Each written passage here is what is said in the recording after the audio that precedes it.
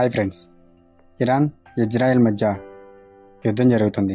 ఈ యుద్ధం వలన ప్రపంచ మార్కెట్ల మీద ఎలాంటి ప్రభావం ఉండబోతుంది, అలాగే మన ఇండియా మార్కెట్ల మీద ఎలాంటి ప్రభావం చూపబోతుంది అనే విషయాలు ఈ వీడియోలో తెలుసుకుందాం.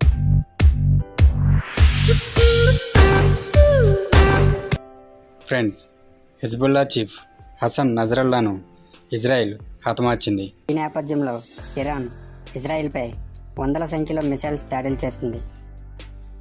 అయితే ఈ రెండు దేశాల మధ్య వారు జరిగితే ప్రపంచ యుద్ధం ఎలా జరుగుతుందని అనుకుంటున్నారా?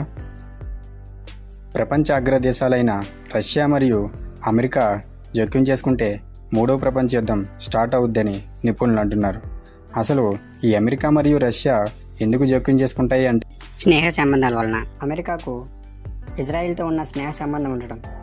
ఇది ఎలా అంటే 1948లో తొలిసారిగా ఇజ్రాయెల్ను ప్రత్యేక దేశంగా గుర్తించింది అమెరికానే. 1967లో పశ్చిమాసియాపై రష్యా ఆధిపత్యం పెరిగిపోకుండా ఇజ్రాయెల్ అడ్డుకుంది. దీంతో అమెరికా దృష్టిని ఇజ్రాయెల్ ఆకట్టుకుంది. దీంతో మిడిల్ ఈస్ట్పై పట్టు సాధించాలంటే ఇజ్రాయెల్ తమకు చాలా యూజ్ అవుతుందని భావించి స్నేహ సంబంధం కొనసాగిస్తూ వస్తుంది. అలాగే రష్యా కూడా ఇరాన్ సపోర్ట్ చేస్తే మూడో ప్రపంచ యుద్ధం స్టార్ట్ అవ్వచ్చు. అసలు ఈ వార్ వలన మార్కెట్స్ ఎందుకు ఇంపాక్ట్ అవుతాయి? దానికి మెయిన్ రీజన్ క్రూడ్ ఆయిల్. ఈ క్రూడ్ ఆయిల్ ప్రపంచ మార్కెట్లో పెద్ద పాత్ర పోషిస్తున్నాయి. అలాగే ఇండియాకి 80% of crude oil middle east దేశాల నుండి ఇంపోర్ట్ చేసుకుంటున్నాం. క్రూడ్ ఆయిల్ ప్రైసెస్ ఇంక్రీజ్ అయితే ఇండియా యొక్క ఇన్ఫ్లేషన్ పెరుగుతుంది మరియు నెమ్మదిగా ఎకనామిక్ గ్రోత్ కూడా తగ్గుతూ వస్తుంది. ఈ విధంగా మార్కెట్స్ మీద ఇంపాక్ట్ పడుతుంది. ఇప్పుడు క్రూడ్ ఆయిల్ని మన దేశంలో ఎన్ని రకాలుగా యూజ్ చేస్తామో తెలుసుకుందాం. ఎనర్జీ జనరేషన్కు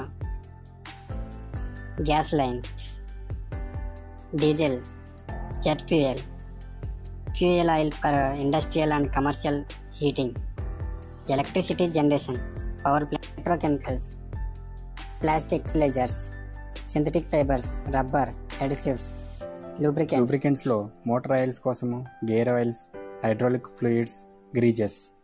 ఇండస్ట్రియల్ అప్లికేషన్స్లో road construction, petroleum coke, steel production, cement, wax, candles, packaging, solvents, cleaning, paint. ట్రాన్స్పోర్టేషన్లో aviation fuel, marine fuel, rail road fuel. ఈ విధంగా చాలా రకాల వాటిలో క్రూడ్ ఆయిల్ని వినియోగిస్తారు.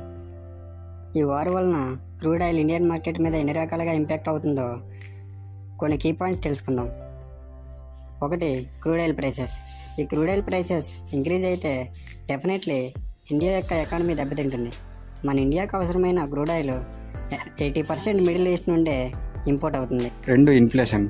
క్రూడ్ ఆయిల్ ప్రైసెస్ ఇంక్రీజ్ అయితే ఓవరాల్ ఇండియా ఎకానమీకి మీద తీవ్ర ప్రభావం పడుతుంది. 3, స్టాక్ మార్కెట్. మనం ముందు చెప్పుకున్న రెండింటి ప్రభావంతో ఇన్వెస్టర్స్ రిస్క్ మరియు ప్రభావంతో కూడి షేర్స్ అమ్మడం స్టార్ట్ చేస్తారు. ఈ విధంగా భారతీయ స్టాక్ మార్కెట్లు క్షీణించడం మొదలవుతాయి. 4, గోల్డ్ ప్రైసెస్. ఇలాంటి అనిశ్చిత కారణాల వల్ల గోల్డ్ ప్రైసెస్ కూడా మేబీ ఇంక్రీజ్ అవ్వచ్చు. అందుచేత మేము ఇచ్చే అడ్వైజ్ ఏమిటంటే లాంగ్ టర్మ్ పెట్టుబడి లక్ష్యాలపై దృష్టి పెట్టండి మరియు షార్ట్ టర్మ్ ఈవెంట్స్ ఆధారంగా తీసుకొని పోర్ట్ఫోలియోలో తొందరపాటు మార్పులు చేయకుండా ఉండండి. డిఫెన్సివ్ ప్లేలో ఉన్న స్టాక్స్ అంటే ఇండియన్ పవర్ సెక్టర్ స్టాక్స్ మరియు ఫార్మాస్యూటికల్ స్టాక్లు పరిగణించండి.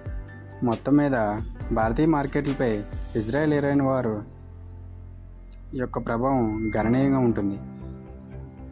అలాగే పెట్టుబడిదారులు జాగ్రత్తగా ఉండాలి మరియు మీ పోర్ట్ఫోలియో డైవర్సిఫైయింగ్ చేయడం పరిగణించాలి. మా వీడియో కనుక మీకు యూజ్ఫుల్ అయిందని మీరు అనుకుంటే లైక్ చేసి మీ ఫ్రెండ్స్ అండ్ ఫ్యామిలీతో షేర్ చేసుకోండి. మేము వీడియో పోస్ట్ చేయగానే ఫస్ట్ మీరే చూడాలని మీరు అనుకుంటే బెల్ ఐకాన్ని గట్టిగా కొట్టండి. అలాగే వెళ్ళే ముందు సబ్స్క్రైబ్ చేయొచ్చు కదా.